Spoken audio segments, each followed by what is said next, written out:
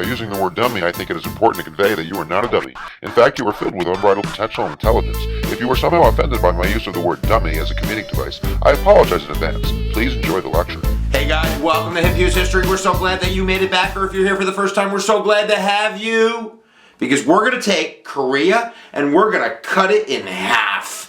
And then we're going to serve it up to you on a plate of learning. No, 2 plates of learning. 2 for the price of 1. This lecture, intro, man. This is an intro lecture, a thematic lecture for maybe kids in high school. Maybe you're in 10th grade, you're taking world history. Maybe you're a United States student and you're looking at American entry into a Korean War. Maybe you're in college and you don't know what the hell is going on. Maybe you're just crazy on the internet. We're glad to have you.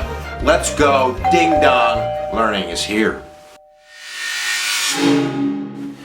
Alright guys, so from an American history standpoint, because this is predominantly the U.S. history course that I'm teaching here, you always want to you take your hands and do that whenever you get any kind of Cold War question. Remember, the Cold War is kind of this ideological struggle between the United States and the Soviet Union, between democracy and communism. You know, from 1945 to say 1991. And really, when we're looking at the Cold War, we're looking at kind of episodes of the Cold War through an American lens, at least in an American history course, whether that be the Cuban Missile Crisis or the Berlin Airlift or the Marshall Plan or Vietnam or Korea.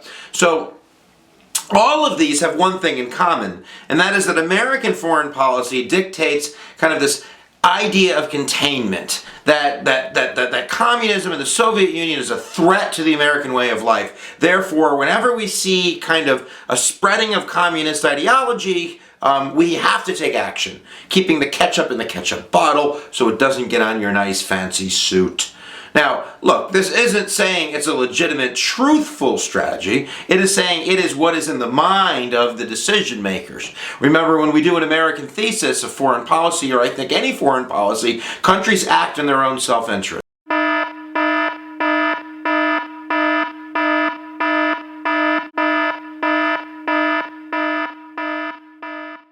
So we're going to see the United States act in its own self-interest through the United Nations in a moment. So containment is really the guiding force that you're going to use on an essay, or if you're trying to explain American foreign policy, of why the United States is going to have its panties in a bunch when it comes to Korea. So let's take a look at a little bit about the history of Korea, but not so much that you want to throw up in your mouth. I think that getting inside the Korean mindset, the nationalistic mindset, why they're going to fight, I think it's important to mention that Korea has been occupied thousands of years. In the 20th century, at least, Japan occupied Korea as kind of a strategic place. And they, banned the Korean language and forced children into Japanese boarding schools. And so the Koreans have a healthy dose of cynicism when it comes to foreigners kind of telling them what to do. And really what we're going to see in a moment here is lots of foreigners telling lots of Koreans what to do, and we're going to end up with the Korean conflict. So basically, let's fast forward through World War II, and the Japanese, which occupied Korea, are kind of losing their grip on power at the end of the war. Even by 1943, when the Pacific Theater started, there was a meeting in Cairo where the Soviet Union, who is now allied or frenemy with the Americans in that war effort in Europe, is talking about possibilities of the Pacific, about that war strategy. And Korea, it's kind of decided, should be self-determination. That maybe there will be sphere of influences down the road, but eventually really the goal will be some type of Korean nation that the people decide for themselves what to do. And then we fast forward to Yalta, where we see basically in the European sense things being split up, right? Germany is split up. There's kind of this iron curtain that is drawn across Europe as basically Stalin lies, saying he's going to have free elections, and the Americans bend and allow the Soviet Union to keep occupying all of that Eastern European land, and that's what's going to lead us right into the Cold War. But at Potsdam, it's decided that that's what's going to happen to Korea. So with Yalta and Potsdam, really the world is kind of split into these spheres of influence, and I'm always seeing in my mind's eye kind of the North, just the Korean going, what the hell? They're not even allowed to decide what's going to happen. So we see Korea divided in these spheres of influence. The northern sphere, and it's very important, I think, to understand that right above Korea you have China and Manchuria, and then the Soviet Union. So you have a sphere of influence that has self-interest driven motives there. We'll talk about the Chinese in a second, and the nationalists and the communists. But you also have an American sphere of influence in the Pacific. Japan is going to be one of our allies after World War II, and we have an interest in making sure that they're safe and secure, that our interests in the Pacific are safe and secure. So we see South Korea as a port to do that. And we also see it as a way to make sure that, communism isn't the only kid on the block in the Pacific area. So let's take a look now kind of at how we're going to get to conflict. Conflict!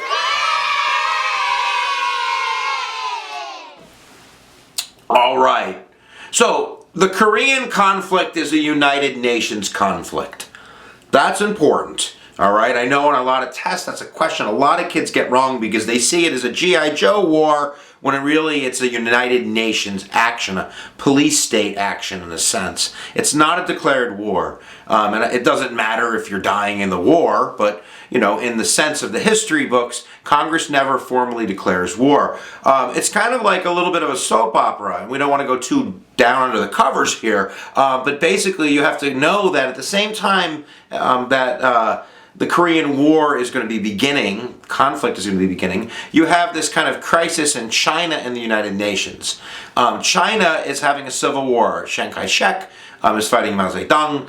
I have terrible accents. And basically, as that war is coming to a conclusion and the communists are being victorious, and I should mention this, that part of the reason they're being victorious is because of Manchuria and Soviet influence, and the Koreans, the North Koreans, are fighting with the Chinese for Chinese communism against the nationalists.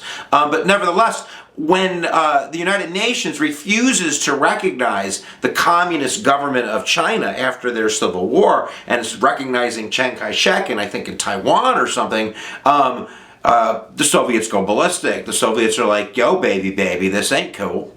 So they boycott the United Nations. And if you know anything about the United Nations, you know that the Soviet Union has one of those coveted national security spots. The national security spots, what the hell is it called? Someone's going to comment below and yell at me. Permanent security spots. I give up. But nevertheless, when they boycott, that's when the United States is like, let's go defend South Korea. And that's what happens. So the United Nations decides to defend South Korea against North Korean aggression. If the Soviet Union was in their spot, that would have never happened. So God knows what would have happened, but it wouldn't be a UN conflict. So basically, after lots of bad stuff is going down within Korea, there's a failure to unite the country. The unifying elections are canceled. The United States has basically installed a puppet regime that is really cruel to its own, internal dissent nationalists that are living in South Korea. Is it the Boto Massacre? Someone's going to correct me there too. But when this war starts, our side massacred 100,000 to 200,000 of its own citizens in South Korea because they were suspected of being pinkos, leftist, socialist, communists. So nobody's got clean hands here.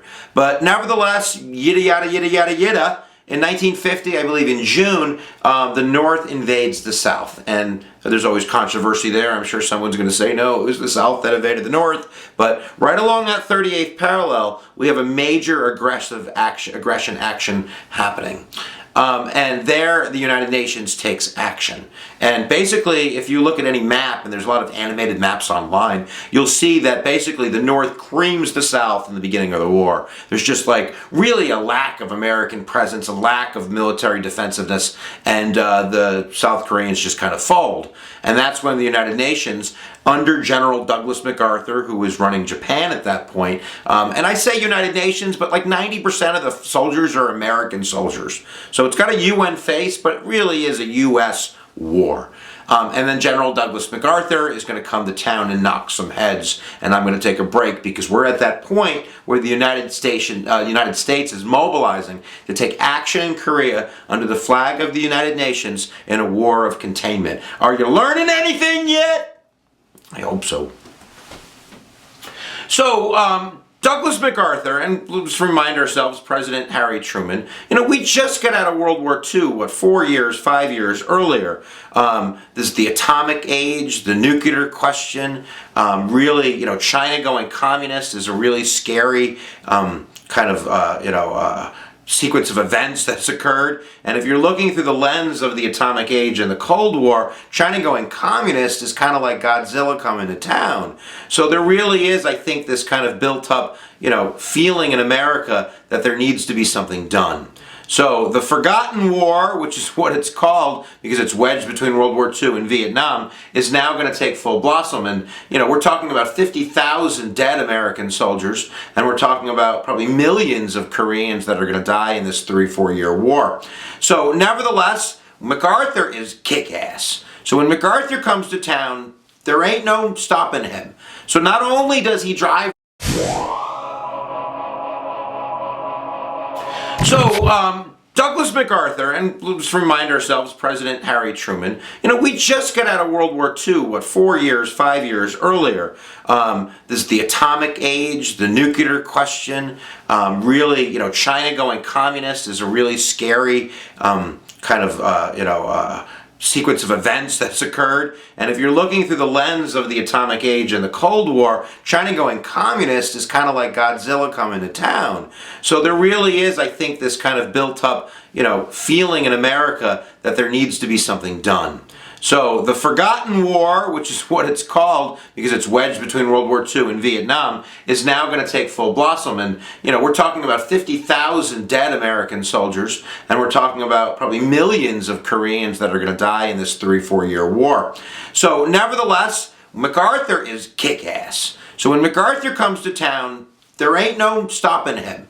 So not only does he drive the communists back up to the 38th parallel, but, Truman at that point kind of turns to MacArthur and says, MacArthur, do you think that China is going to get involved here? We don't want China involved. If China comes in, the Soviets come in, and whether it's China or the Soviets are both helping the North Koreans, this is kind of the edge of World War III here because, think about it. If we get into a conflict with China, who's allied with the Soviet Union, who's tested the hydrogen bomb, you're dead.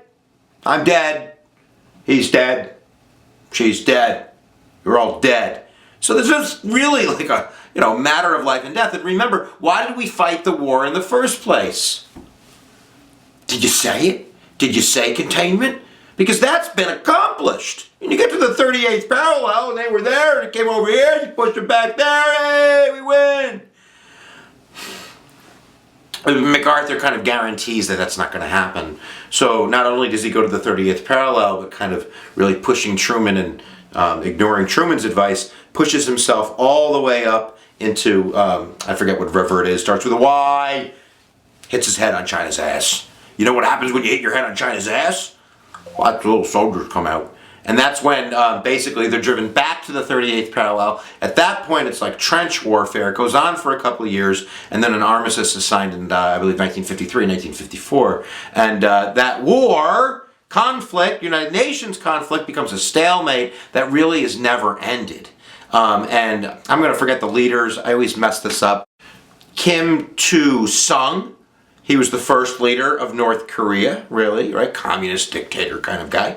And then his son, Kim Jong-il, and now we have Kim Jong-un, have run North Korea very much like a trap, baby. Nobody in, nobody out. It's probably one of the most closed societies in the world. They have massive deaths of poverty. There's massive political prisoners. There's no freedom. It just really kind of sucks. And South Korea, for a long time, had a really vibrant economy. But we can't fail to mention that, this wasn't a freely elected South Democratic government back then. This was installed by the United States. And I'm sure there's a lot of hard feelings from the massacres that occurred in South Korea. But North Korea is a bleak picture. And we fast forward today, and we're talking about North Korea getting atomic weapons for itself, aiming them at the United States, and This goes all the way back to the Korean War, that this is really hot stuff to talk about.